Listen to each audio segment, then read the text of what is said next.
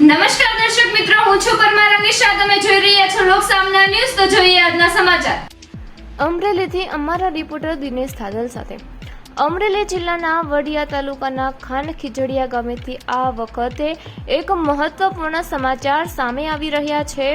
ખાન ખીજડીયા ગામમાં ભાજપ કાર્યકર્તા અને સ્થાનિક ખેડૂતો વચ્ચે ભારે વિવાદ સર્જાયો છે.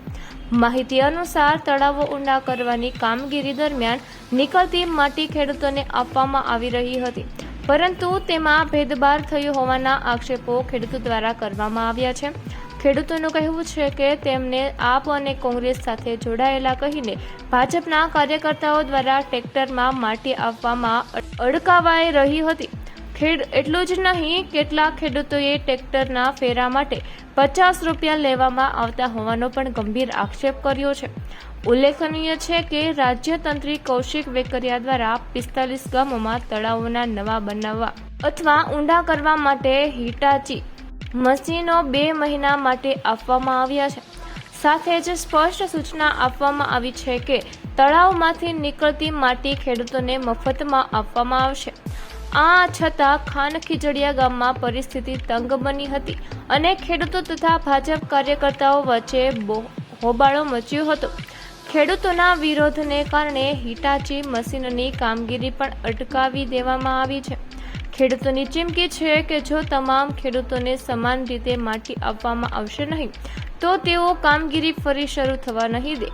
આ સમગ્ર ઘટનાને સ્થાનિક રાજકારણમાં ગરમાવો લાવ્યો છે અને હવે જોવાનું રહેશે કે તંત્ર આ મુદ્દે શું કાર્યવાહી કરશે.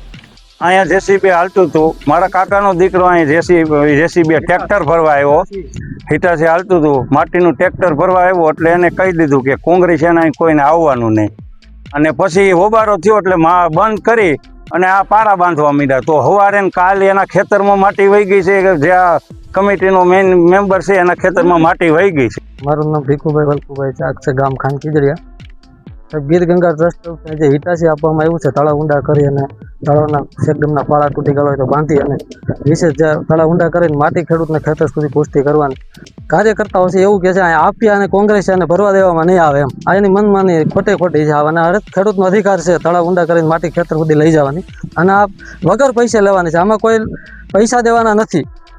તેથી ના એવું મિટિંગમાં કીધું કે ભાઈ વિના મૂલ્યે ખેડૂતને માટી ઉપાડીને ખેડૂતને ખેતર સુધી લઈ જવાની છે. એ લોકો એમ છે 50 રૂપિયા કરી નાખવાના છે.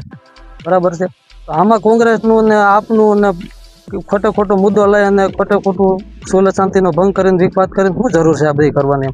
આ બધા આપીને મેળા ભરી અને કામ હલાવો નહીં અને ગામનો વિકાસ થતો હોય તો આ રોડા ઉછાળવાની ક્યાં જરૂર છે? મારી માંગ એમ છે, જો આંકવા દેવું હોય તો બધા ખેડૂતના હિતમાં રાખી હારે રાખી અને બધાને લાઇનસર બધાને માટી ભરવા દેવાનો અધિકાર છે અને આપવો પડે. અને જો આ રીતનું એને કરવું હોય તો પછી હિટાચી કાલે બંધ કરાવી દો. તળાવે નથી ઊંડા કરવાનું, પાળાએ નથી કરવા અને રહેવા દો, ભલે મોકલી દો હિટાચી પાછું.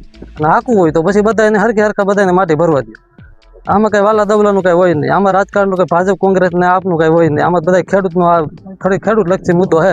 બધા ખેડૂતને માટે ઉપાડવાનો સરખો અધિકાર છે એવું ભાજપ સરકાર તરફથી સૂચન આપવામાં આવ્યું છે. તો ફરી મળીશું એક નવા સમાચાર સાથે. ત્યાં સુધી જોતા રહો લોકસામના ન્યૂઝ.